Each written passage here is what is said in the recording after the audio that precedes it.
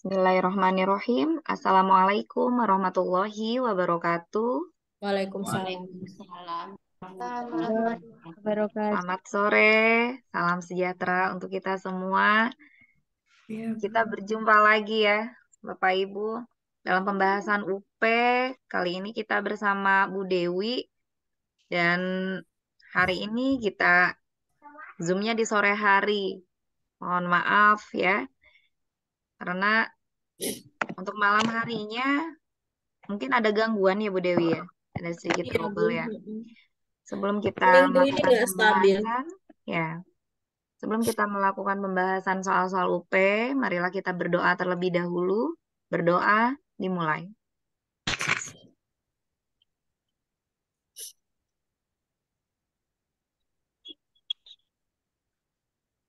Berdoa dicukupkan.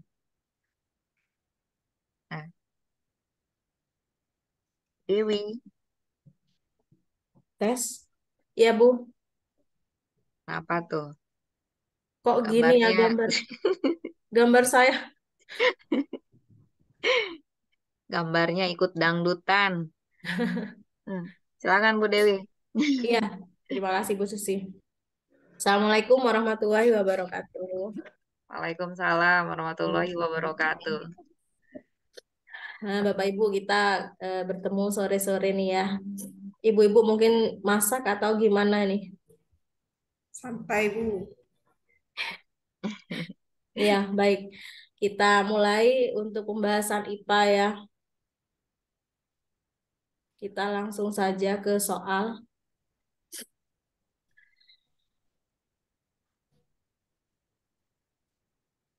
Yang sedang di perjalanan, Bapak Ibu bisa menyimak ya. Kemudian jika ingin menjawab, silahkan raise hand saja. Baik. Nah, ini soal yang pertama saya bacakan.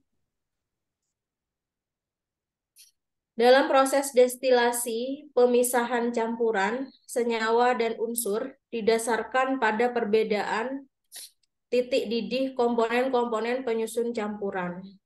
Oleh karenanya, destilasi banyak digunakan untuk proses komersial seperti produksi kapur barus, garam, bensin, tinta, gula. Nah, berarti kita harus cari di mana prosesnya ini yang melalui destilasi. Kata kuncinya destilasi ya Bapak Ibu ya. Apa itu destilasi? Nah, ini penyulingan. Destilasi itu penyulingan. Pemisahan bahan kimia berdasarkan perbedaan kecepatan atau kemudahan penguapan.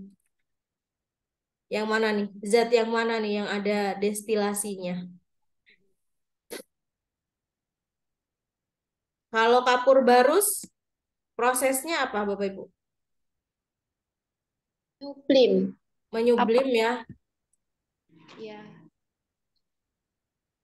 Kalau garam, Kristalisasi. kristalisasi. Bensin, Menguap. bensin. Melalui proses apa bensin untuk memproduksinya? Kalau gula sama dengan garam ya? Kristalisasi, iya. Ya. Iya kan? Bensin itu apa tuh? Bensin itu melalui penyulingan. Berarti ini adalah destilasi. Jadi jawabannya yang C. C. Penyulingan. Ya kan melalui proses ini Bu, bahan kimia, pemisahan bahan kimia di dasar laut ya untuk menjadi bensin murni dulu, kemudian bensin entah itu diberi tambahan apa, jadi bensin macam-macam nantinya gitu kan. Jadi proses awalnya melalui proses ini penyulingan. Dalam proses destinasi pemisahan campuran, nah ini didasarkan pada perbedaan komponen penyusun campuran. Oleh karenanya, destilasi banyak digunakan untuk proses komersial seperti bensin, air suling, alkohol, minyak tanah, katanya gitu. Jadi proses memproduksi bensin melalui proses penyulingan. Namanya destilasi. Nanti mungkin istilahnya diganti gitu ya Bapak Ibu ya. Entah itu destilasi atau menggunakan istilah penyulingan. Yang penting Bapak Ibu tahu penyulingan itu prosesnya seperti apa. Nah, Bapak Ibu pernah mendengar senyawa campuran unsur? Apa itu? Ini penjelasannya ya. Perbedaan antara senyawa dan juga campuran. Nah, ini.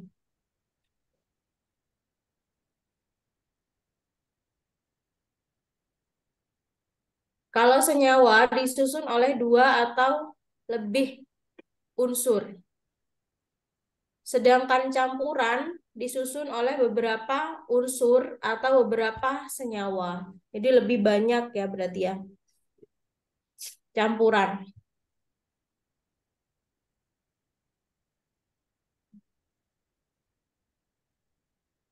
Kok gini lagi ya Bu Susi?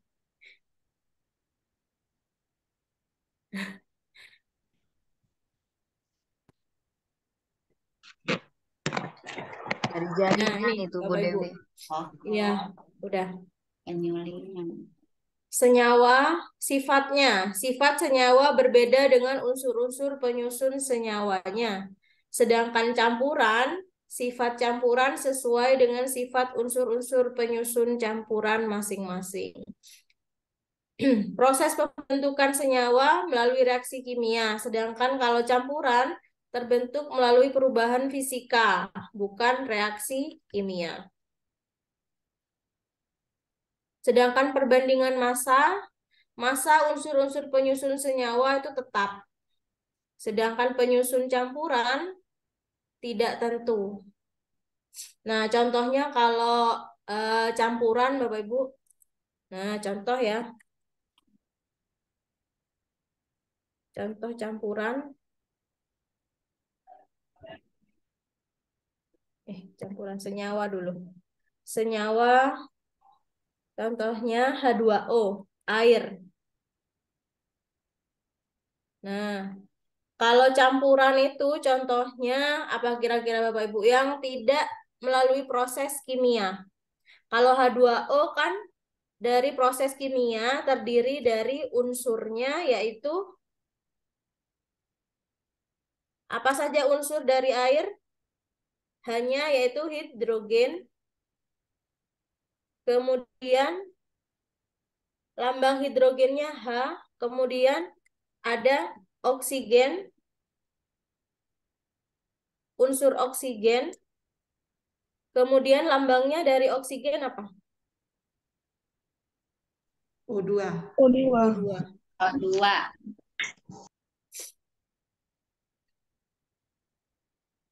Nah, ini ya senyawa. Senyawa artinya gabungan dari 2 atau lebih unsur. Nah, kalau campuran, ini saya kecilkan. Nah, nih.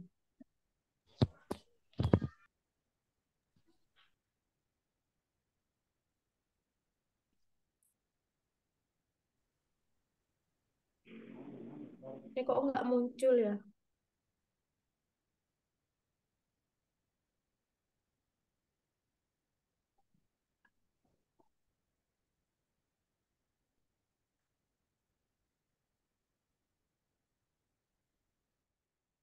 Nah, ini unsur dan senyawa. Ada lagi Bapak Ibu, contohnya unsur. Jadi yang unsur itu artinya dia yang berdiri sendiri sebagai bahan terkecil dari senyawa.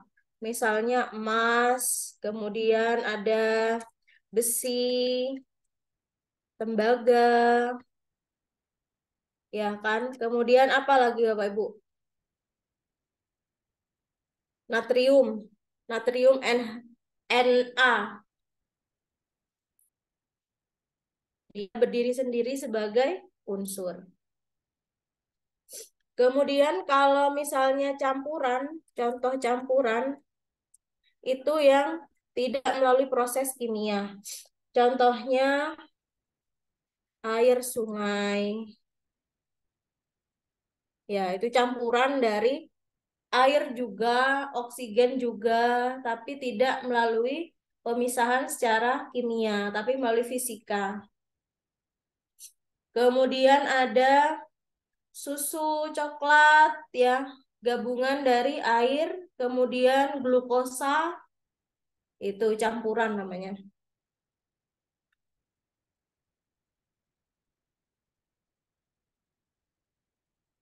Nah, bisa dibedakan kan ya, contoh senyawa, contoh unsur.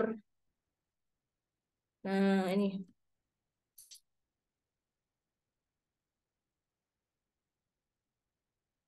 seperti ini Bapak Ibu. Unsur dan senyawa. Jadi misalnya nanti ditanyakan manakah yang termasuk senyawa gitu ya, itu ya berarti yang ada rumus kimianya. Kalau campuran dia tercampur secara fisika, bukan secara kimia. Itu campuran. Nah, itu perbedaannya. Saya tulis di bawahnya di pembahasan. Kita lanjutkan soal berikutnya.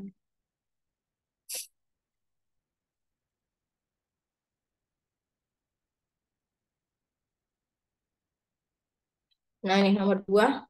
Pak Bayu akan melakukan penilaian terhadap kegiatan presentasi karya siswa-siswanya.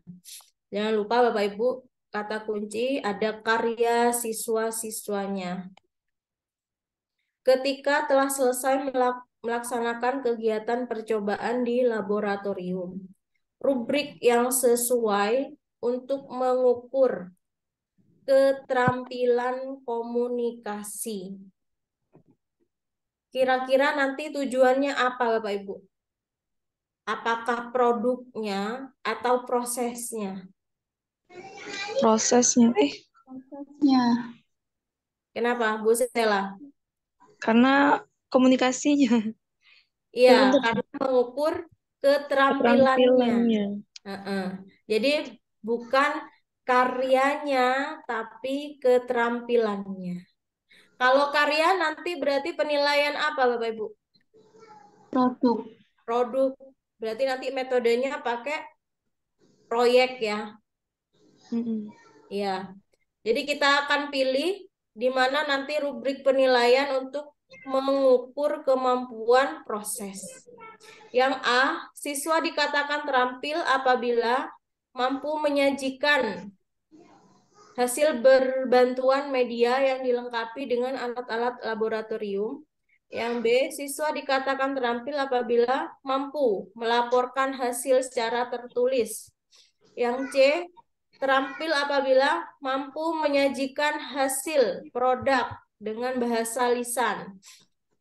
Yang D, siswa dikatakan terampil apabila mampu menarik perhatian siswa lainnya melalui sajian gambar. Yang E, mampu menyelesaikan tugas tepat waktu. Yang mana Bapak Ibu? C. Tampil. C. C, Bu. C. C. Dengan bahasa lisan. Dengan bahasa Ya, benar. Ini ada bahasa lisan berhubungan dengan kata kunci di situ bahwa dia terampil komunikasi. Ya, Mampu menyajikan, mampu iya menyelesaikan. komunikasinya ya Pak Hanapi ya. Iya, Kemudian pasti di sini menyajikan tidak semata-mata untuk menilai karyanya, tapi dengan bahasa yang jelas. Yang C ya. Kalau ditanya metodenya, pakai metode apa ini? PBL, PJBL, PJBL ya, project. ya. Penilaiannya, penilaian kinerja karena keterampilan saat berkomunikasi, mempresentasikan, jadi prosesnya. Penilaian kinerja. Nomor 3, Pak Hanapi.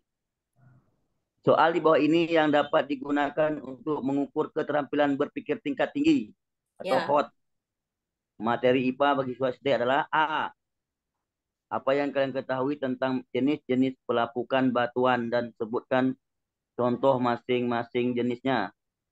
B. Sebutkan contoh benda-benda di sekitarmu yang dapat menghantarkan panas dengan baik. C. Deskripsikan ciri-ciri tumbuhan berbiji tunggal dan sebutkan contohnya. D. Bagaimana terjadinya peristiwa angin laut dan angin darat apabila dihubungkan dengan perpindahan kalor. E. Manakah menjodohkan bahan berikut yang lebih baik dalam menghantarkan arus listrik, tembaga ataukah penghalis plastik? Nanti bagaimana? Bagaimana? Nah, D, Bu, bagaimana? Ya, jadi bagaimana itu Ya. menggambarkan pertanyaan tingkat tinggi karena membutuhkan jawaban yang kompleks. Kalau menurut Bapak Ibu yang lain gimana? Kalau deskripsikan gimana Bapak Ibu? Deskripsi. Mendeskripsi. Kalau mendeskripsikan itu seperti apa Bapak Ibu? Deskripsi. Menggambarkan suatu tempat atau suatu daerah. Iya, menggambarkan, menyebutkan ciri-ciri ya Pak Hanafi ya. Ya. Kalau bagaimana itu menanyakan tentang alasannya, bagaimana jawaban itu diperoleh oleh siswa gitu ya. Jadi biasanya entah itu di kelas rendah ataupun di kelas tinggi, selama pertanyaannya itu guru mampu membuat pertanyaan yang hot gitu kan, ya ciri-cirinya seperti ini. Ada kata bagaimana, kemudian membuat untuk C6 ya, harus patokan pada KKO-nya dari C4 ke C6 gitu. Kalau C6 malah hampir sama dengan ini ya, KKO untuk keterampilan. Ada membuat, menerapkan gitu ya. Itu sudah C6, hanya ada juga di keterampilan, di psikomotor. Oke, ini nomor 4. Ibu Rohmah. Ya, Bu. Pernyataan yang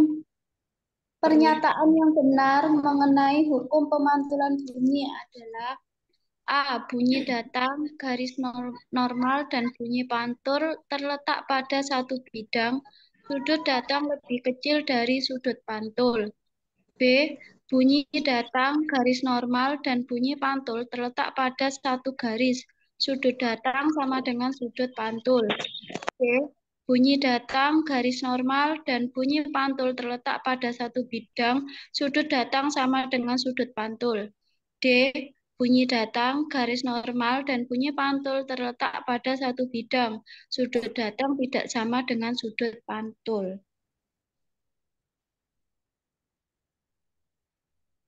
Garis normal. Hukum pemantulan bunyi, Bapak Ibu. Jangan lupa kalau pemantulan bunyi ya itu kata kuncinya pakai bidang ya. Jadi pilih yang bidang bukan garis. Nah, ini terletak pada satu bidang. Kemudian kita tinggal apa? Membedakan apanya? Sudut datang. Sudut datang dan juga sudut pantul. Sudut datang sama dengan sudut pantul enggak? Yang C. Bunyi datang, garis normal, dan bunyi pantul terletak pada satu bidang. Sudut datang sama dengan sudut pantul. Terletak satu bidang datar. Satu bidang Ya, datar. ini bunyinya, Bapak Ibu. Ini bunyinya. Gelombang datang, gelombang pantul, dan garis normal terletak pada satu bidang. Benar kata Ibu tadi. Kemudian sudut datang sama dengan sudut pantul. Berarti yang C. C ya. Ini. Ini Bu, biasanya cahaya juga ya. Iya. Hukum itu cahaya. Ini deh, A. Jadi kuncinya pilih dulu yang bidang ya, jangan garis. Kemudian tinggal membedakan sudut datangnya, nggak mungkin lebih kecil atau lebih besar. Yang pasti sama. Jika ditanya hukum pemantulan bunyi. Nomor 5, Ibu Enis. Ya, kasih Bu. Nomor 5, pada bagian dalam dari kotak speaker atau speaker aktif biasanya dilapisi dengan lasper atau satu pihak dimaksudkan agar A. Suara menjadi lebih keras, B. Tidak terjadi getaran, C. Tidak timbul resonansi, D. Tidak terjadi gaung. Kelas Gelas wool pada kotak speaker. Apa fungsinya itu, Bapak Ibu? A. Yang lain? D, Bu. Tidak menimbulkan gaung, A atau D? Jadi fungsinya gelas wool itu meredam getaran katanya. Berarti Kalau B, meredam Bu. getaran berarti D. Tidak, yang tidak terjadi getaran. iya, D. tidak terjadi getaran. Jadi ini pembahasannya Bapak Ibu ya. Gelas wool atau busa. Nah ini bersifat elastis katanya karena berfungsi meredam getaran. Jadi untuk mengurangi adanya getaran yang ditimbulkan oleh gelombang bunyi. Jika getaran berkurang dan hilang, maka bunyi juga berkurang dan hilang. Apabila tidak diredam, maka gelombang bunyi dapat dipantulkan oleh dinding speaker dan menyebabkan gaung. Nah, itu berarti digunakan gelas wool biar tidak ada gaungnya.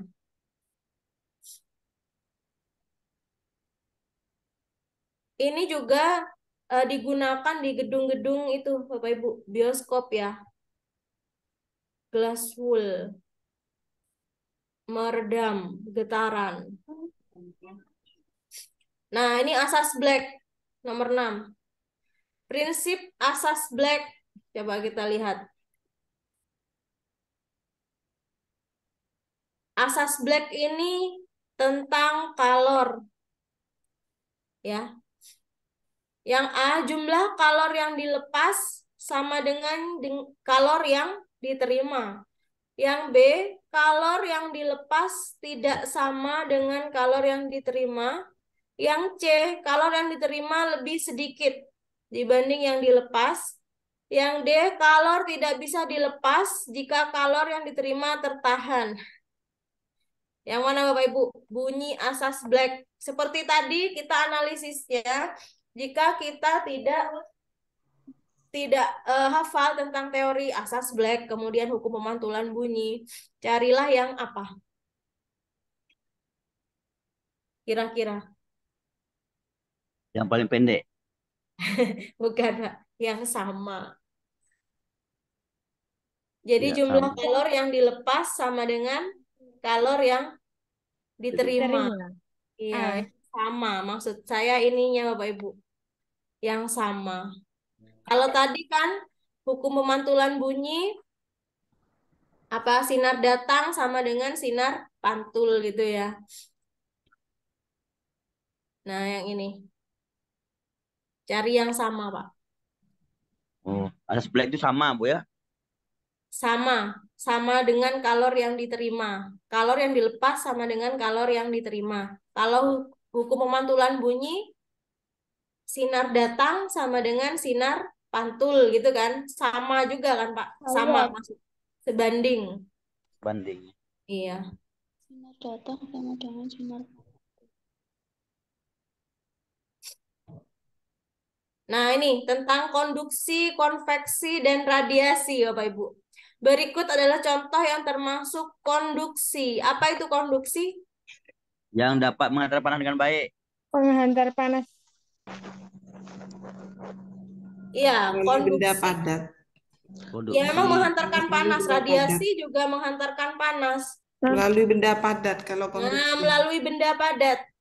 Oh. Menghantar panas melalui Melalui benda zat padat. padat. C, Bu. Yang C ya, Bu. C. Kalau yang A ada apa nih? Konveksi. Radiasi, Konveksi. Konveksi. Konveksi. Ini konveksi. Kemudian ini Radiasi. radiasi. Radiasi. Angin laut juga konveksi. Konveksi. Nah, besi berarti Konduksi. Nah, ini. Bapak Ibu, apa bedanya angin laut dan angin darat? Kalau angin laut ke darat. Angin apa, Pak? Angin laut, angin yang bertiup dari laut ke darat. Ya, Balik ya, Bu. terjadinya Siang kapan? hari. Siang hari. Kalau angin darat, Angin yang bertiup dari darat ke laut. Jadinya ya, malam hari. Betul ya? Kan terjadinya balik. malam hari, benar. Di laut ke malam hari. Angin darat. Iya, benar, Pak. Angin darat adalah angin yang berhembus dari darat ke laut. Terjadinya malam hari. Kalau angin laut, dari laut ke darat. Siang hari. Tergantung dengan ininya ya, kalau kita tandai.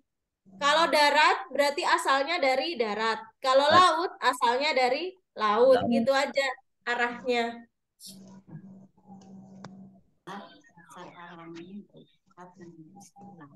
Oke, itu tentang angin darat, angin laut. Nah, sekarang kita pindah ke jenis zat.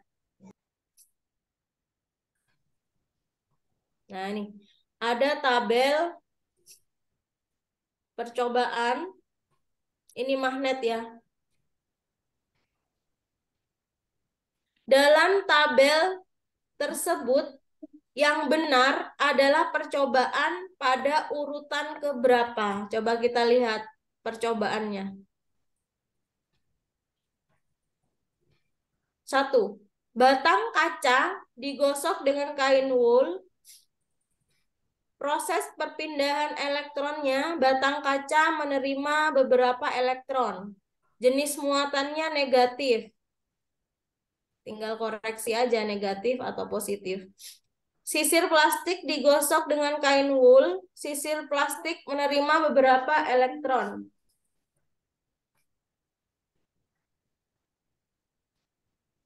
Muatannya negatif. Kemudian yang ketiga, batang kaca digosok dengan kain sutra. Batang kaca melepaskan elektron. Muatannya positif. Sedangkan yang nomor 4, sisir plastik digosok dengan kain sutra. Sisir plastik melepaskan elektron, muatannya positif. Nah, ini proses pembuatan magnet, Bapak Ibu ya, dengan gosokan dari kain wool.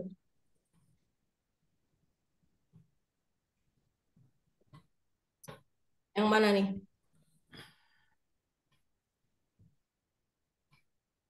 Ada 2 jawaban yang pada opsi, ada 2 jawaban yang benar. Nomor 1, batang kaca digosok dengan kain wool.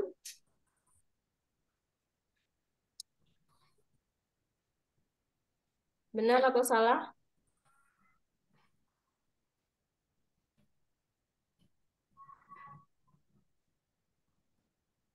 Ini kok cepat lagi ya?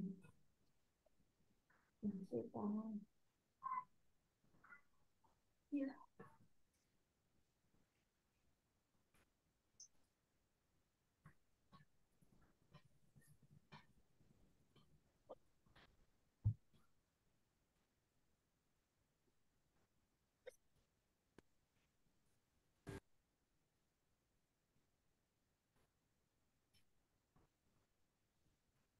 Sebentar Bapak Ibu. Ini saya stop dulu.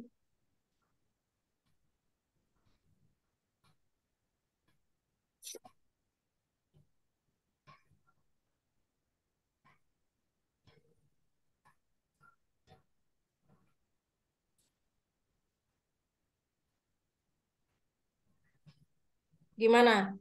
Ini sudah terlihat atau belum? Belum, Bu.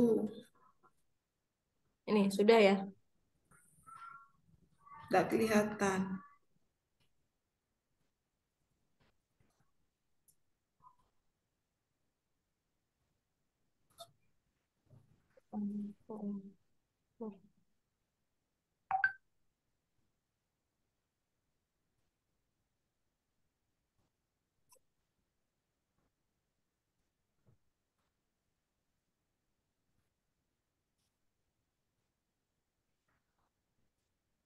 Ini tulisannya merah.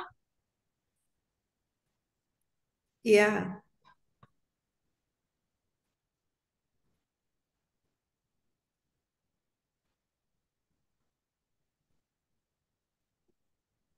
Bu Susi, ini layar saya kok gerak-gerak gini.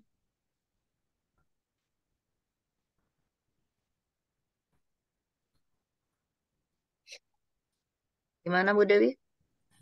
Ini kok layar saya gini, Bu. Saya ngeklik ini keluar yang lain ya. Di layar saya dari sini, dari laptop saya, ini malah PowerPoint. Yang muncul apa, Bapak Ibu? Yang tadi ya, Iya. batang Tadi. kaca. Iya, yang kaca.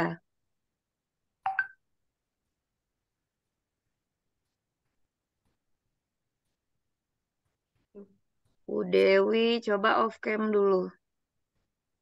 Iya, Ya, bentar. biar sinyalnya.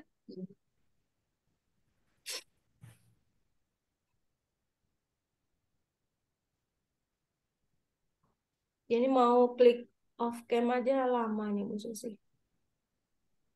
Jaringannya. Udah. Ya.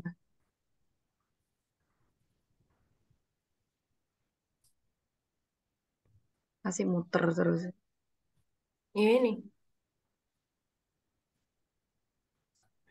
Udah ya. Nomor 1, Bapak Ibu, kira-kira salah atau benar nomor 1?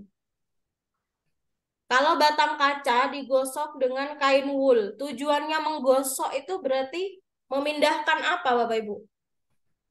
Magnet. Magnet. Elektron. Elektronnya itu ya. Memindahkan muatan apa? Negatif. Ya, memindahkan muatan negatifnya. Kalau biasanya digosok dengan kain wool seperti ini, kaca digosok dengan kain wool. Artinya yang digosok siapa? Batang kaca. Batang kaca yang digosok. Artinya batang kaca menerima atau memperoleh atau mentransfer elektron. Menerima. Tapi biasanya kain wool itu digosokkan pada apa, Bapak Ibu?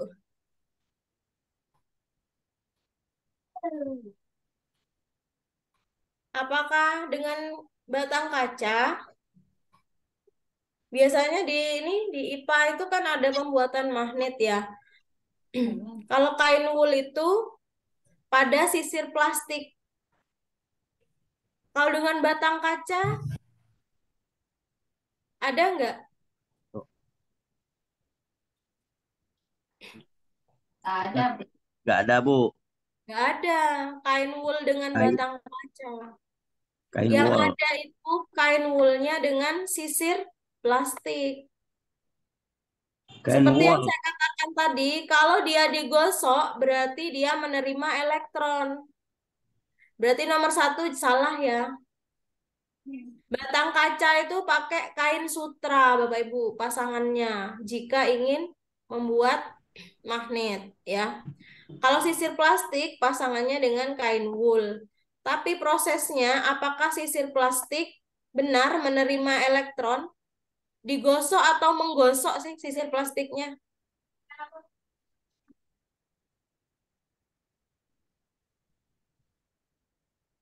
Dia benar ya menerima elektron ya karena digosok. Sisir plastik menerima elektron.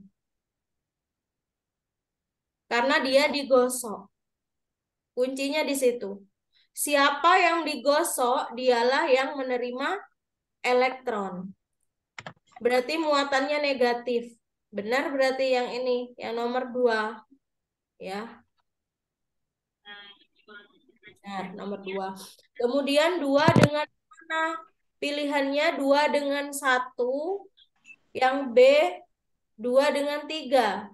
Yang D itu 1 dan 2. Kalau tadi 1 salah, berarti otomatis 2 dan 3, Bu. 2 dan 3 ya. Nah, kita lihat nomor 3. Batang kaca digosok dengan kain sutra. Nah, ini batang kaca memang pasangannya dengan kain sutra. Siapa yang digosok? Batang kaca. Berarti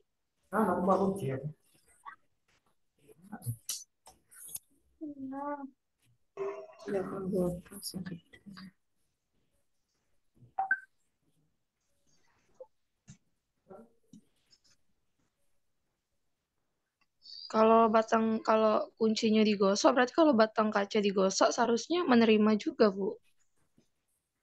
Bun Dewi mikrofonnya. oh iya, iya Bu. Bu Sela. Kalau tadi yang 1 Negatif mungkin muatannya ya. nah ini muatannya tapi yang positif, Bu. Ya, muatannya positif. Beberapa batang kaca melepaskan beberapa elektron. Muatannya positif. Kalau dia negatif, keliru pasangannya ya. Berarti ini benar positif karena dia yang apa Bapak Ibu? Menerima elektron. Melepas elektron. Berarti kalau melepas dia muatannya positif. Kalau yang 1 tadi salah ya, menerima beberapa elektron. Batang kaca digosok dengan kain wul nggak ada. Jadi lebih cenderung ke 2 dan 3. Nanti untuk hubungan ini, yang batang kaca melepaskan ini, coba Bapak Ibu nanti mungkin ada keterangan lebih lanjut untuk ini. Tapi opsinya di sini untuk 1 dan 2 nggak mungkin kita pilih. Karena nomor 1 itu batang kaca tidak digosok dengan kain wul, tapi dengan kain sutra. Gitu ya, Bu Sela. Iya, Bu. Nah, ini pembahasannya ya, Bapak Ibu ya. Sisir plastik digosok dengan kain sutra. Akan terjadi gejala listrik yang sederhana. Kain sutra akan menempel pada sisir tersebut, tapi hanya sementara. Itu pembahasannya. Kurang mungkin ya ini ya.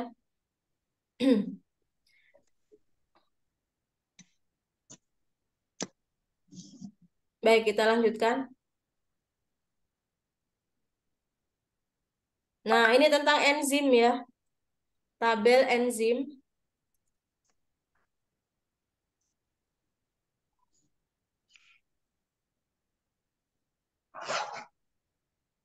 Ada enzim ptialin, renin, tripsin, dan juga pepsin.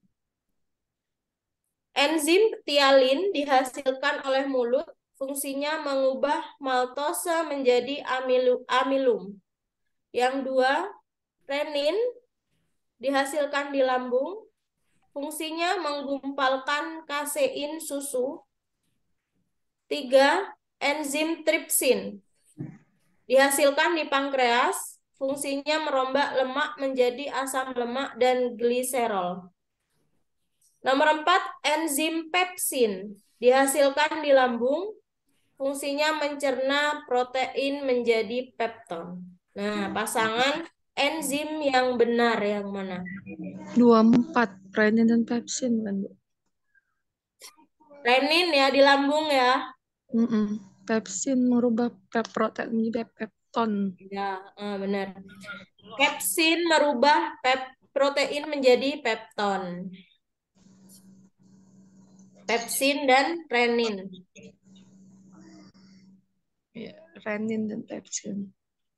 Kalau yang A, tialin, bukan mengubah menjadi Maltosa. amilum, tapi Jadi glukosa. maltosa. Glukosa.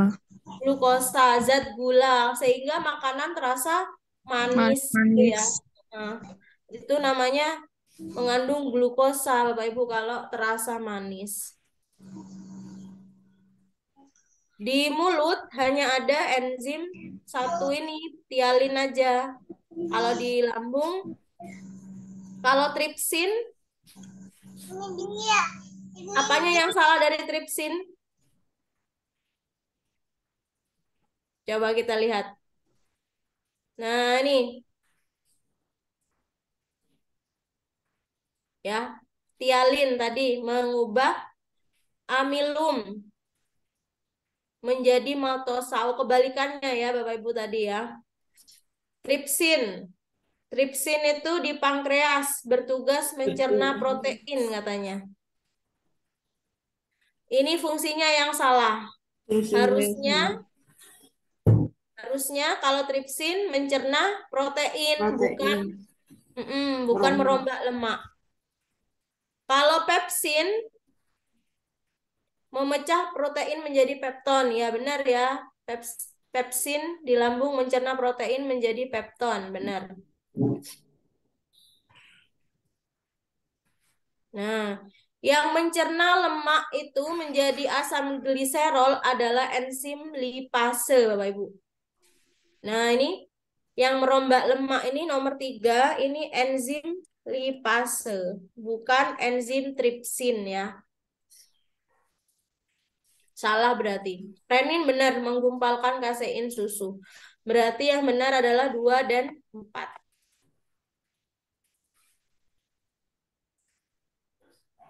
Nah, itu. Kalau pencernaan secara mekanik terjadi di mana, Bapak Ibu?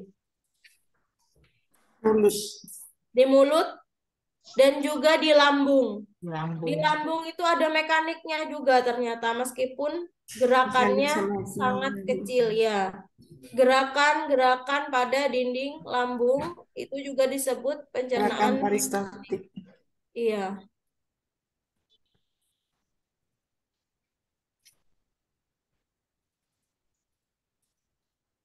Nah, ini perubahan fisika yang mana? Peristiwa perubahan fisika katanya. Yang A, kayu dibakar menjadi arang. Kalau perubahan fisika itu apa, Bapak Ibu? Bentuk. Nah, ini dapat dilihat dan diamati perubahannya dari luar dan juga dapat kembali menjadi keadaan semula setelah zat tersebut berubah. Contohnya menyublim, membeku, mencair, menguap, itu perubahan fisika. Membeku, mencair, es batu kan bisa jadi air lagi ya. Jadi bisa menjadi kembali dari bahan semula. 35 berarti. 2, Ya, ini kekuatan fisika. dari singkong. Fisika. Cair. 5. Lilin terbakar. Buat Biar bisa kembali lagi. Bisa kembali lagi. Berarti D. 5. 3 dan 5, D. 3 dan 5 berarti D. Ya. Oh, perubahan fisika. Kalau kayu dibakar itu. Kalau kayu dibakar menjadi arang, apakah arang bisa berubah jadi kayu? Tidak. Berarti dia kimia. Ya. Tape sih Bu, tape dari singkong. Kimia. Tape pasti kimia. Tidak berubah. Belum tahu tape. Dari sini. Tape singkongan Bu tidak berubah, tetap Kimia seperti itu. singkong. Ini kimia, maksudnya setelah menjadi tape, apakah dia menjadi singkong lagi? Enggak. Enggak, berarti dia nggak mungkin berubah menjadi bahan dasarnya gitu, Bu. Bahan dasarnya. Nah, ini loh, arti dari perubahan kimia itu maknanya seperti ini. Ada terlarut, ada membusuk, keterbakaran, kereaktifan, ada beracun. Ya, benar. Artinya kalau tape itu dia membusuk kan ya?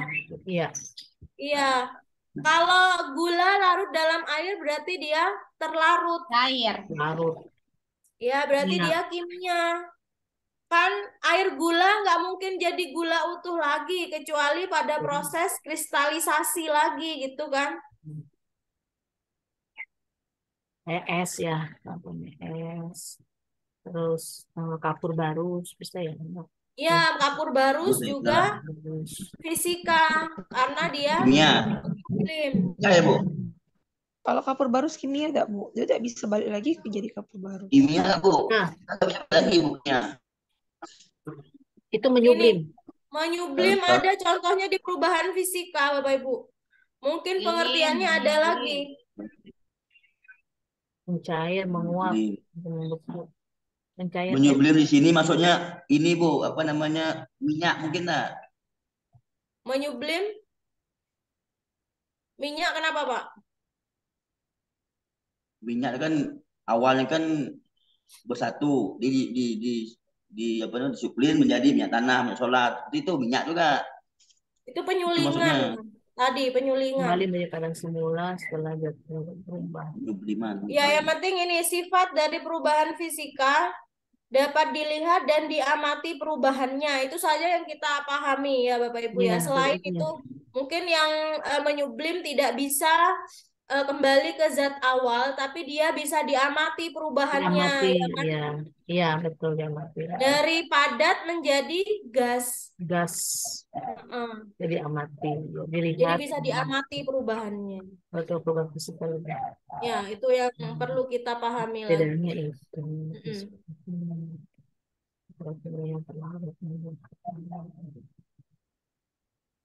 Nah, ini ada lumba-lumba secara periodik naik ke permukaan, ayam betina bertelur, tanaman putri malu menutup daunnya. Ketika disentuh, ikan air asin mengeluarkan urin yang pekat, menunjukkan ciri iritabilitas. Nah, yang mana yang iritabilitas?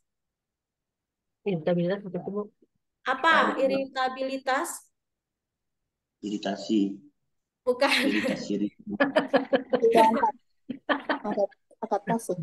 Iritabilitas adalah menanggapi rangsangan. Oh, menanggapi rangsangan. Yang mana? Putri malu. Ya, putri malu. 3. Nomor 3 aja. Ya. Opsinya 1. Tahu yang kita tulisin. Oh, namanya itu. Ya, itu iritabilitas. Iritabilitas itu rangsangan ya, Mbak. Rangsangan. Untuk menanggapi rangsangan. Ada fungsi morfologi, bentuk tubuh,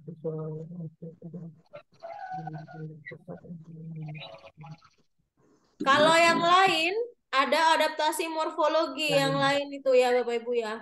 Adaptasi morfologi bentuk tubuh. Kalau fisiologi fungsi sistem organ tubuh.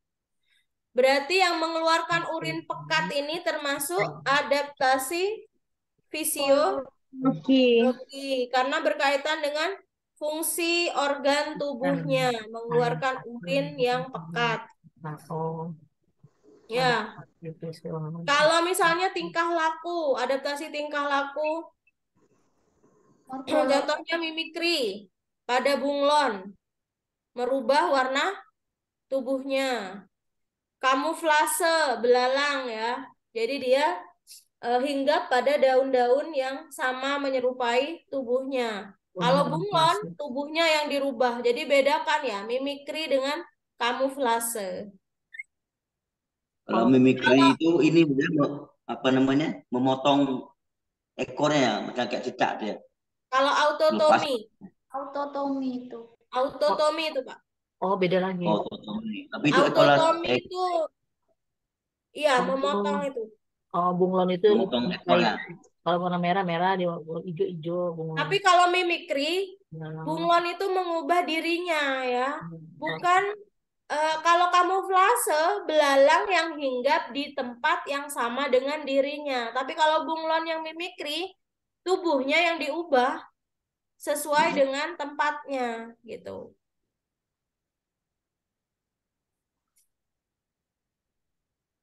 Kalau ekolokasi ini kelelawar yang ini Bapak Ibu ya. Mencari apa? Makan pada malam Dan hari. pakai sonar, suara, Iya, dengan pantulan bunyi suara, suaranya. Mm-mm. kolokasi, Otonomi sejak kamuflase dan autotomi. itu kalau intonasi itu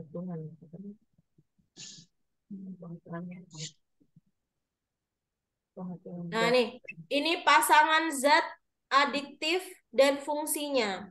Ada 4, ada sorbitol, ada garam dapur, pandan, kemudian vetsin. Fungsinya yang nomor 1, sorbitol fungsinya sebagai pemanis, garam dapur pengawet. Yang ketiga, pandan itu fungsinya pewarna. Yang keempat, vetsin sebagai penyedap. Pasangan yang tepat antara zat adiktif alami dan fungsinya. pandan. Pandan Pandan. Sebagai pewarna. Terus sama betul ya? apa? Apalagi? Garam dapur kali ya? Sorbitol itu juga termasuk pemanis buatan, Bapak Ibu. Oh, Bukan alami berarti. Garam dapur ya, Bu? Tapi kata kuncinya yang alami. yang Pandan. pandan sama Berarti pilih yang Pandan warna hijau. garam dapur. garam dapur Ya, alami. pandan dan garam. Kenapa? Sorbitol itu bukan alami, tapi buatan. Sebenarnya fungsinya benar ya, pemanis ya. Tapi sorbitol adalah zat yang dibuat untuk pemanis buatan. Jadi tidak kita pilih, yang kita pilih yang alami. Berarti 2 dan 3. Dapur. Yang B. Dan adaptif alami.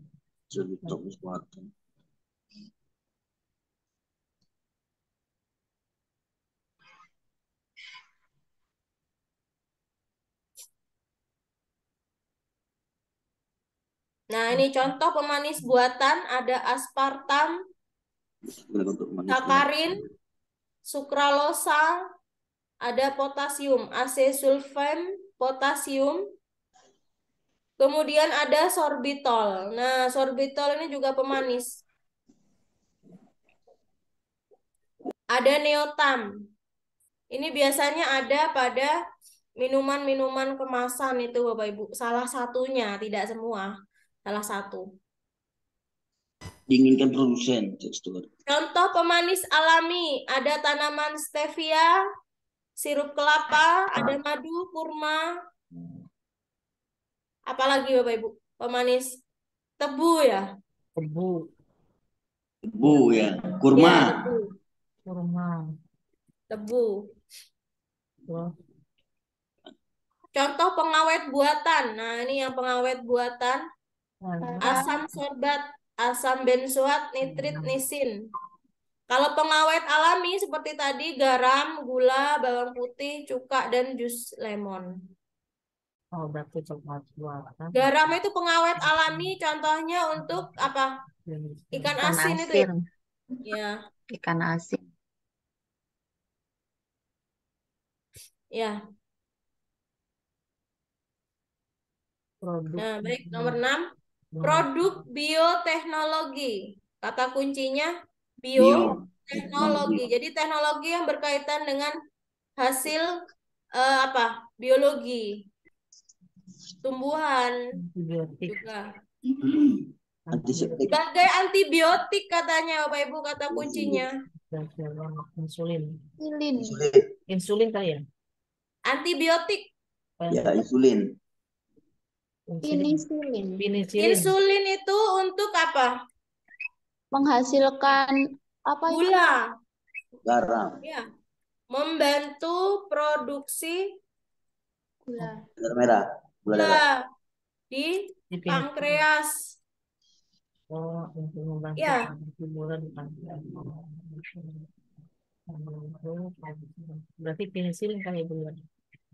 Kalau beta endorfin itu zat kimia yang dihasilkan oleh tubuh sebagai penghilang rasa sakit. Jadi beta endorfin ini sudah ada di dalam tubuh Bapak Ibu. Penghilang rasa sakit.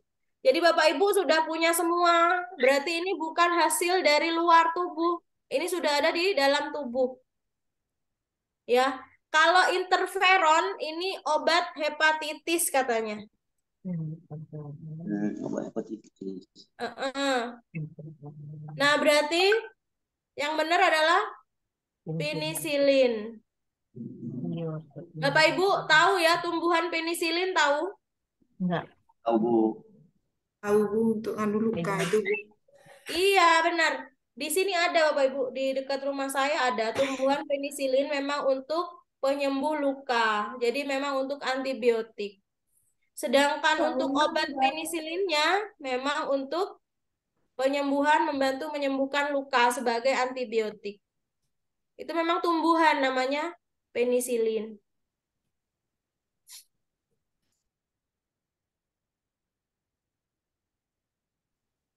Oke. Perhatikan kegiatan berikut. Mengukur kedalaman laut.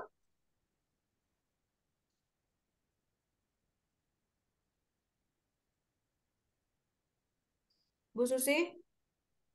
Itu kan beberapa kegiatan berikut. Oh ya udah. Mengukur kedalaman laut, kemudian mengukur besar gelombang laut, mengukur panjang lorong gua, memeriksa kuat lemahnya bunyi. Yang merupakan kegiatan pemanfaatan pemantulan bunyi. Yang mana Bapak Ibu? Memantulkan bunyi. Bunyi. 3 lorong gua. 1 juga. Mengukur kedalaman laut. Mengukur besar gelombang. Ya, 2, 3. Enggak, Pak. Kalau nomor 2 bukan. Ini gelombang. 3 sama 4. 1, kedalaman laut kan pakai itu sonar ya. Oh iya, 1 dan 3. 1, kemudian 3. 3, menggunakan gaungnya bunyi, ya, pemantulan bunyi.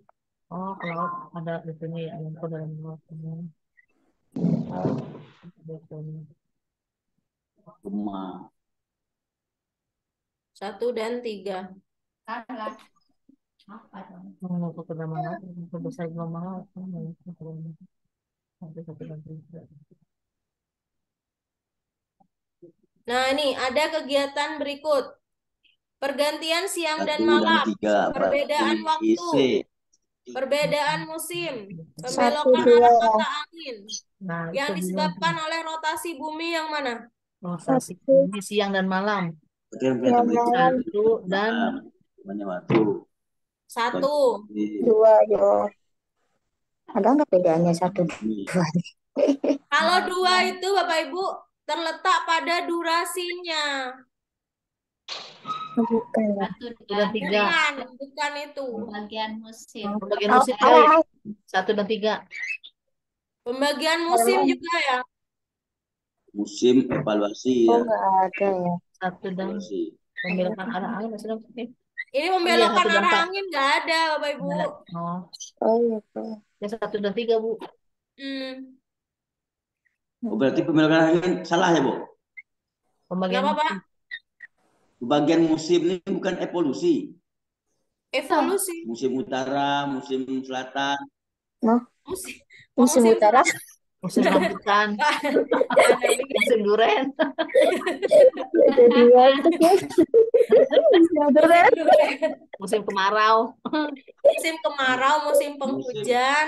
Nah, musim kemarau, musim hujan itu kan tergantung putaran bumi enggak? Siang dan malam itu sama. Rotasi bumi, Pak. Rotasi bumi, perputaran bumi mengikuti sumbunya. Rotasi. Iya. Coba cari lagi. Pengaruh rotasi bumi. Ya benar, pembagian musimnya. Musim.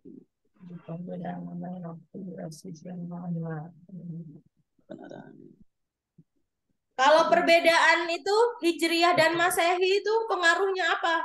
Dari apa? Nah itu tahu saya. Evolusi. Lupa lagi. Iya, benar. Jadi betul bagian bulan. Ada 3. Jadi revolusi matahari menyebabkan revolusi bumi kok, revolusi matahari. Revolusi bumi. Bumi. Revolusi bumi. Menyebabkan siang dan malam. Siang dan malam itu juga terjadinya rotasi bumi. Akibat dari rotasi bumi, kemudian perbedaan waktu. Perbedaan waktu. Perbedaan waktu berarti 2, Bu. Perbedaan namanya waktu. Oh iya. Kalau pembagian musim ini revolusi. Oh, beda revolusi. Berarti 1 dan 2 Jadi ya? perbedaan lamanya waktu, misalnya di mana? Enggak ada jawabannya. Rotasi segera ya? Enggak ada, Bu. Revolusi bumi. 1 dan 2, Bu, perbedaan namanya waktu. 1 dan 2 ya? Iya. Pilihannya yang enggak ada. Perbedaan lamanya waktu di belahan bumi. Benar. Itu akibat dari rotasi bumi. Iya, betul. Opsinya ada nggak? 1 dan 2 harusnya. Dan namanya waktu. Pembagian musim benar ya, revolusi bumi ya. Bagian musim itu seingat saya revolusi bumi kayaknya, Bu. Karena perbedaan musim kemarau, musim Ini kan panas. ada perbedaan waktu, gerak semu matahari. Pergantian musim revolusi bumi, Bu. Rotasi bumi. 1 dan 2 itu, Kalau Bu. gerak semu matahari itu gerakan yang seolah-olah matahari itu bergerak ya, padahal kita buminya yang bergerak ya. Gerak semu hari matahari. Iya, nggak apa Bapak Ibu. Nomor 2 Nggak ya, ada perbedaan opsinya. durasi waktu. Bentar.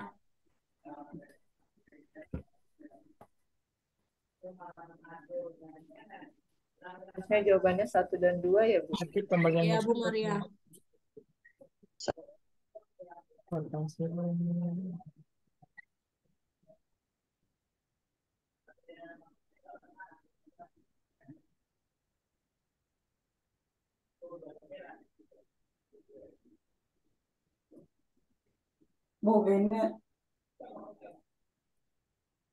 Pembelokan arah.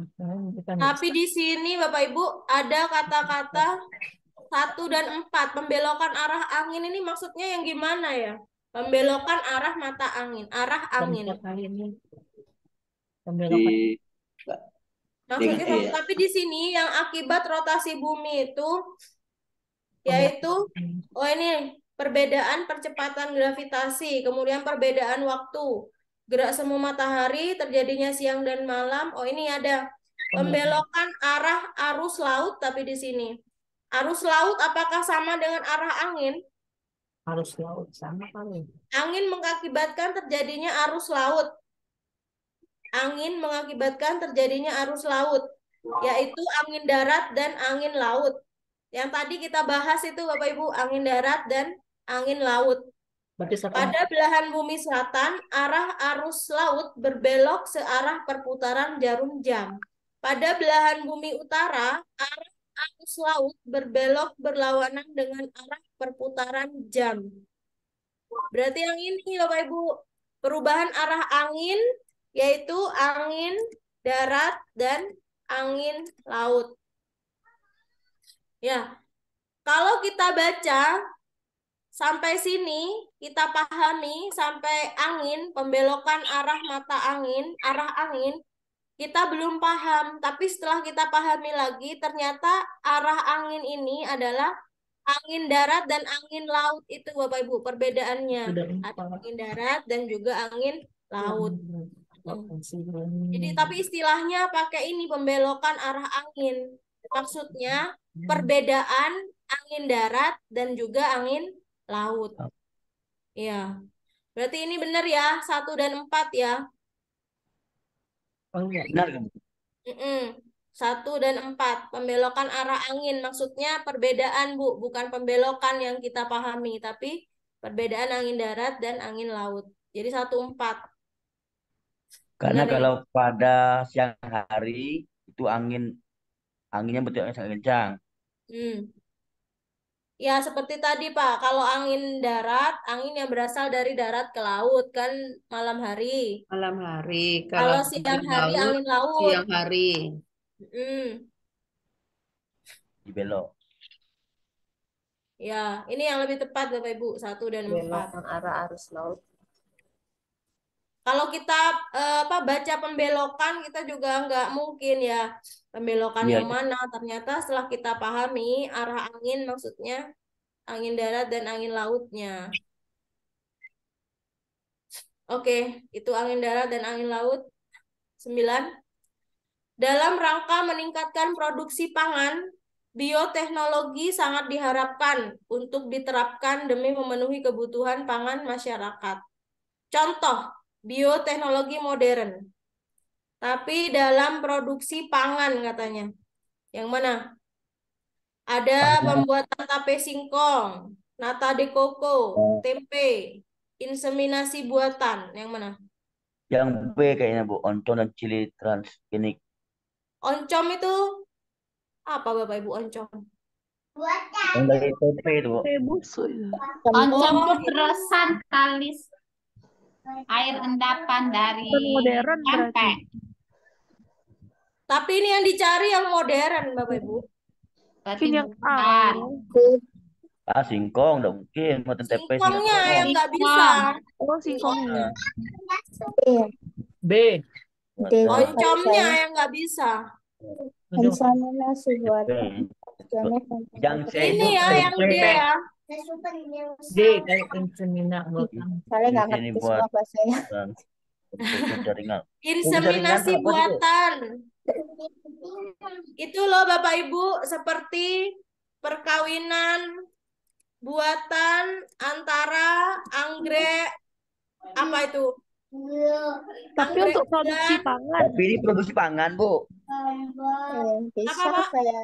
Untuk produksi Produksi pangan. pangan, Bu. Oh ya, produksi pangan. Berarti.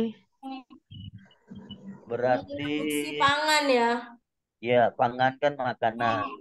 Buatan. Oncom itu Tahu kali, Bu. buatan Buatan. tempe. Kenapa singkong nggak bisa, tapi singkong nggak bisa, Bu? Singkong kan jadul. Iya betul, jadul.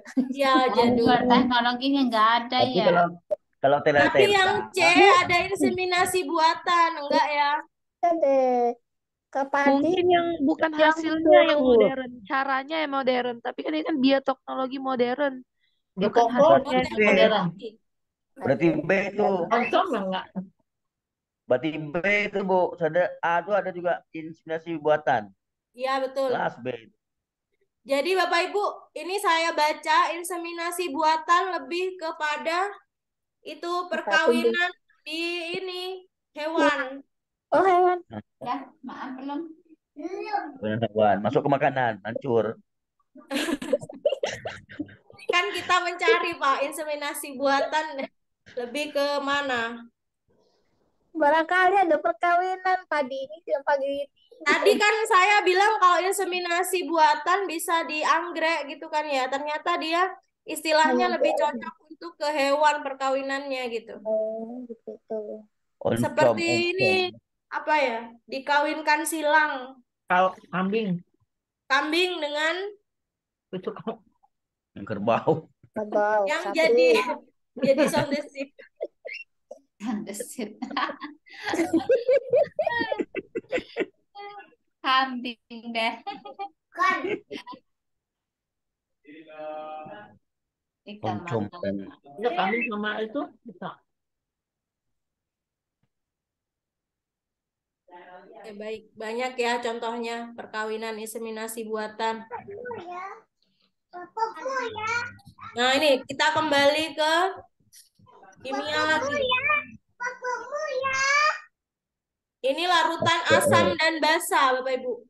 Asam dan basa masih ingat ya?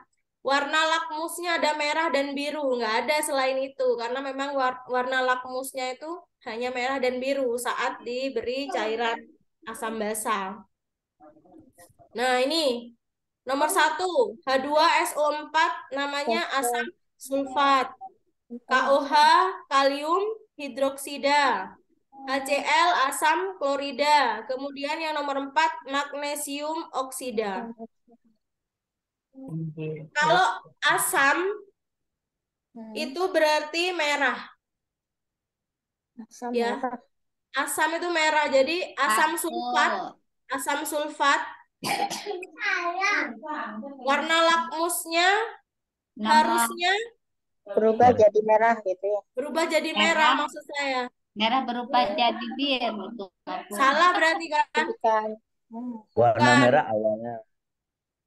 Terus kemudian kita cari lagi HCl asam klorida. Ini benar dari Merah. biru menjadi Jadi merah. Benar. Berarti yang benar nomor 3 dan mana? Biru. Bahasa biru. 3 dan 4. Magnesium. Merah jadi Ini basah kan jadi Ya biru. benar. Yang basah Ya, itu yang nomor 4. 3 dan 4. Jadi magnesium oksida larutan basah dia akan berubah menjadi biru warna lakmusnya. Kemudian jenis larutannya basah. basah. Jadi intinya itu ya Bapak Ibu ya. Kalau dia asam, zatnya asam, senyawa asam, maka kertas lakmusnya berubah menjadi merah. Dari biru menjadi merah. Kalau basah, dia dari merah menjadi biru. Jenis larutannya basah, ya. Ini pelajaran SMA ya? Lupa, Bu. Iya, lupa Bu. Iya, nggak ada, Bu. SD mah. SD nggak ada. Baik, ini. Perhatikan ciri-ciri tumbuhan berikut. Memiliki stomata yang banyak. Memiliki daun yang lebar. Hidup di lingkungan dengan kandungan air di udara tinggi atau lembab. Padi. Kelompok tumbuhan yang memiliki ciri-ciri seperti disebutkan di samping adalah tumbuhan apa, Bapak Ibu? Jenis tumbuhan apa? Hidrofit. Hidrofit. Kalau hidrofit itu artinya di Lebar. Air. Lingkungan air. lingkungan berair. Kalau xerofit di Xerofit. lingkungan kering. Kayak gurun pasir itu xerofit, Bapak Ibu namanya. Oh, xerofit lingkungan. Kalau tropofit itu lingkungan yang tropis. Oh, Tapi nggak terlalu panas seperti di kita. Di mana? Di Arab Saudi. Nggak sekering di xerofit, maksudnya nggak seperti di gurun pasir ya Bapak Ibu ya. Tropis. Dengan curah hujan sedang. ya kayak Itu Indonesia. tropofit. Hidrofit lingkungan berair. Kalau higrofit itu di lingkungan yang lembab. Malah pilih yang mana? A atau D? A. Lembab. Oh, lembab. Hidrofit, Bu. Kalau hidrofit nama banjir ya, Bu. Kebanyakan air. Kandungan air di udara tinggi lembab. Kalau hidrofit itu contohnya seperti apa Padi. Bapak Ibu? Padi. Teratai. Teratai. Teratai, Bu. Padi. Teratai. Kangkung bisa nggak, Bu? Enceng gondok. Teratai. Kangkung Enceng nggak, Bu? gondok. Enceng Kangkung, Daunnya ya. kecil. Gondok. Enceng Enceng gondok. gondok, ya, Bu. Iya, enceng gondok. Enceng Kalau gondok. padi bisa nggak Bu? Padi. Padi bisa nggak Bu? Enceng gondok. Kalau di saya mah semanggen, Bu. Apa sih? Kalau padi itu Pak lebih ke tropofit Tropis. karena bukan di air, dia hanya diairi saja saat butuh air. Tropofit ya. Tropofit itu Bu, Padi. jagung, padi ya. Jagung, padi. Kalau xerofit ini di kering itu contohnya kaktus. Kaktus. Kaktus. Terus. Habis itu. Ya tumbuhan apa namanya? gurun dah, ya. Ini. Nah, kira-kira apakah teratai itu tinggal di udara, kandungan air di udara yang tinggi? Salah. Lembab. Ternyata itu berair. Hidrofit itu hanya posisinya di air ya Bapak Ibu, tapi kandungan air di udaranya itu rendah. Dia kan hanya di airnya. Kandungan di udaranya kan nggak dingin maksud saya. Berarti hidrofit ya, Bu ya? Iya, jadi sesuaikan Contohnya dengan kata kuncinya.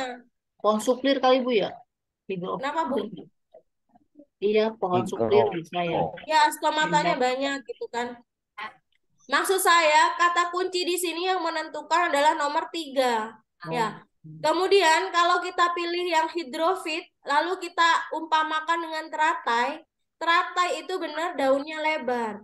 Tapi hidrofit ini digunakan untuk tumbuhan yang hidupnya di air, tapi tidak dengan udara yang berair gitu kan. Lembabnya enggak. Dia meskipun di daerah kering, meskipun apa namanya ada kolam di udara yang kering dia bisa hidup gitu maksud saya. Oh, Ya, hanya tempatnya saja, tempat hidupnya di air, tapi tidak lembab. Mm-mm. Karena di sini kandungan air di udara itu tinggi katanya. Berarti dia lebih cocok ke lingkungan lembab. Hygrofit. Recording in progress. hidrofit bagus. Hidrofit Oke, 12.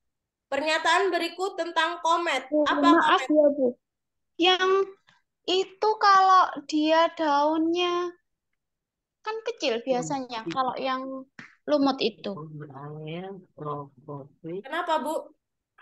Tropis dulu. Yang hygrofit itu loh. Itu bukan sejenis lumut, bukan? Iya, suplir lumut. Sejenis Iya. lumut? Kalau sepengetahuan saya begitu. Coba Kalau kita cari semua contoh yang hygrofit, lalu kita menemukan lumut, terus kita nggak cocok dengan ciri-cirinya gitu ya. Kita akan ambil kata kunci yang nomor 3 ini, Bu. Kita sesuaikan dengan pengertiannya ini, gitu kan? Lingkungan kering. Tropis. Coba kita pahami lagi. Jumlah stomatanya banyak, kemudian memiliki daun yang lebar. Hidup di lingkungan dengan kandungan air di udara. Kandungan air di udara itu tinggi atau lembab. Nah, maksud saya kalau hidrofit ini hanya berair tempat hidupnya di air, bukan udaranya yang berair, tapi lingkungannya, tempat hidupnya, daerah sekitarnya berair. Di air memang. Coba menurut Bapak Ibu yang lain gimana? Yang saya lihat dari Google ini, Bu, Yang contoh tumbuhan yang hidup di daerah lembab, salah satunya adalah talas, tumbuhan paku, lumut, dan keladi. Talas? Tumbuhan paku, lumut, juga daunnya lebar, Bu. besar Talas juga memiliki daun lebar kan? Iya. Oh iya. Lihatnya soalnya di tumbuhan paku sama Paku palingnya kecil-kecil. Ya, apakah talas juga berdaun kecil? Daunnya lebar, talas. Oke, itu salah satunya gitu, Bu. Kalau Daun kita talas melihat memiliki banyak stomata, Bu. Kalau lihat di Google benar, Bu, banyak. hidrofit. Kenapa, Kandungan Bu? air di Kalau udara tinggi. lihat di Google benar hidrofit. Hygrofit. Hygrofit, iya, Bu. Iya, Bu. Makanya kan namanya lingkungan lembab ya, benar nggak? Iya. Iya, Bu. Iya, sudah benar. Ini ciri-cirinya sudah sama seperti yang di soal. Memiliki daun tipis dan lebar, memiliki banyak stomata, batangnya tidak tampak karena ada di dalam tanah. Kandungan airnya gimana, Bu? Oh, enggak dijelaskan di Iya, sini. Cuma berarti kan kata kuncinya kalau kita bingung ada di nomor 3 gitu. Kalau kita bingung membedakan mana hidrofit dan hygrofit gitu ya. Yang A atau D terletak pada nomor 3-nya. Kalau 1 dan 2 mungkin sama dengan hidrofit di air ya. Tapi yang nomor 3 yang membedakan adalah di udara tinggi atau lembab. Berarti dia hygrofit. Grow. terima kasih, Bu Dewi. Ya. Oke, ini komet Bapak Ibu. Ciri-ciri komet. Komet itu adalah bintang berekor. Nah, arah ekornya menjauhi matahari. Benar. melakukan 3 gerakan sekaligus, orbitnya elips. Ini ya, yang saya hafal ini. 1, 3, 4. Materinya terdiri dari debu dan es. Ini ya. 1, 3, 4.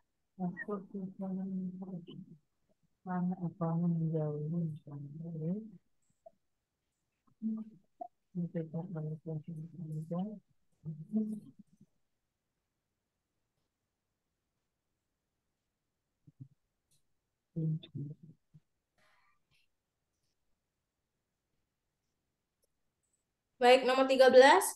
Beberapa zat potensial menjadi penyebab terjadinya pencemaran udara. Nah, pencemaran udara, Bapak Ibu. Contoh bahan pencemar udara. Oh, kalau ini tahu ya. Apa? Kalau Se itu selenium.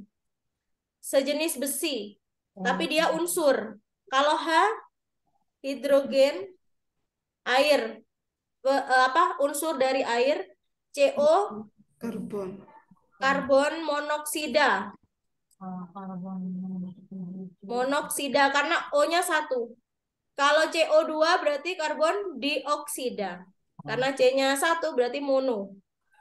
Ini adalah klorofluorokarbon yang menjadi penyebab pencemaran udara. CFC.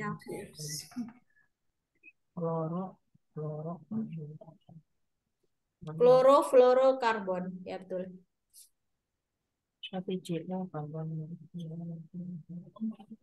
Berarti yang C. Yang D, Pak. Oh, yang D. Ya. Yang D. Nah, ini sifat zat cair, Bapak Ibu, A, B, C, D. Gerak partikelnya sangat bebas. Ya, yang B tidak, tidak. Yang mana kira-kira? Kalau pilih yang ditanyakan zat cair, Bapak Ibu, kita cari dari sifat yang ini. Gerakan partikel dulu. Bebas atau tidak kalau zat cair?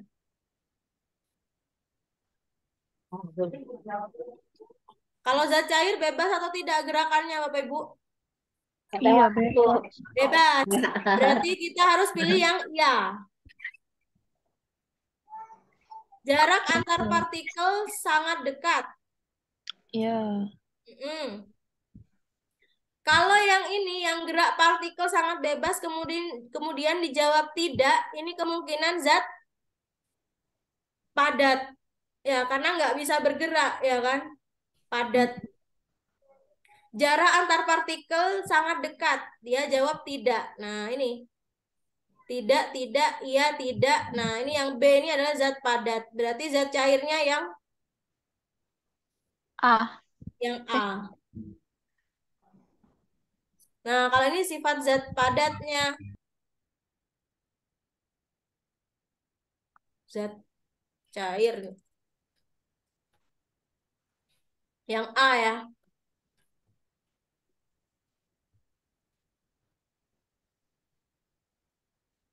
Oh, ini. Bentar. Zat padat benar. Ini ciri-cirinya. Susunan partikel teratur, ikatan antar partikel sangat kuat, gerak antar partikel sangat terbatas atau tidak bebas. Bentuk volumenya tetap. Kalau zat cair, nah, sifat zat cair, jarak antar partikel dekat, susunan partikel kurang teratur, ikatan antar partikel tidak terlalu kuat, gerak antar partikel cukup bebas, bentuknya berubah-ubah. Bentuknya berubah-ubah. Ikatan antar partikel sangat lemah, katanya. Ikatan antar partikel sangat kuat kalau padat. Kalau zat cair, tidak terlalu kuat katanya. Benar yang A ya tadi ya. Ini sifat-sifat gas juga. Ini terakhir Bapak Ibu nomor 15. Zat gas menjadi mudah bergerak, bebas, mengisi segala arah, ruangan atau wadah yang kosong sekalipun. Bahkan dalam benda padat dan cair bisa mengandung zat gas di dalamnya. Hal ini dikarenakan sifat zat gas membedakan dengan yang lainnya. Sifat gas tersebut adalah, nah kita cari yang sifat gasnya Bapak Ibu. Yang A, kerapatan partikel dan molekul sangat bebas. Susunan partikel teratur dan kuat, ikatan antar partikel kuat dan dinamis, bentuknya tetap dan memiliki volume permanen. Kalau yang D, ini padat ya. Kalau yang gas yang mana? Yang Itu yang A yang gas. Yang A. Ini yang gas. Sangat bebas dan renggang. Kalau ini yang susunan partikel gas teratur dan sangat kuat. Susunan partikelnya. Sangat kuat nih gas padat berarti. Ini tadi ciri-cirinya. Tidak terlalu kuat katanya. Berarti agak lemah ya. Kalau ini kan ada sangat kuat, berarti salah Padat ya. berarti. Berarti yang A. Oke. 15 dan 7, 22. Sudah Bu Susi? Bapak Ibu? Sudah itu soal IPA yang kita bahas hari ini? Ya. Soal UP yang Desember ada juga soal IPA-nya. Nanti kita bahas di hari Jumat saat itu yang umum itu Bu Susi yang siang. Ya, siap. Terima kasih Bu Dewi. Terima kasih Bapak Ibu, Bu Susi juga. Iya. Terima kasih untuk sore hari ini ya. Ini maghrib ya. Terima kasih pada Bapak Ibu yang telah hadir di pembahasan UP ini.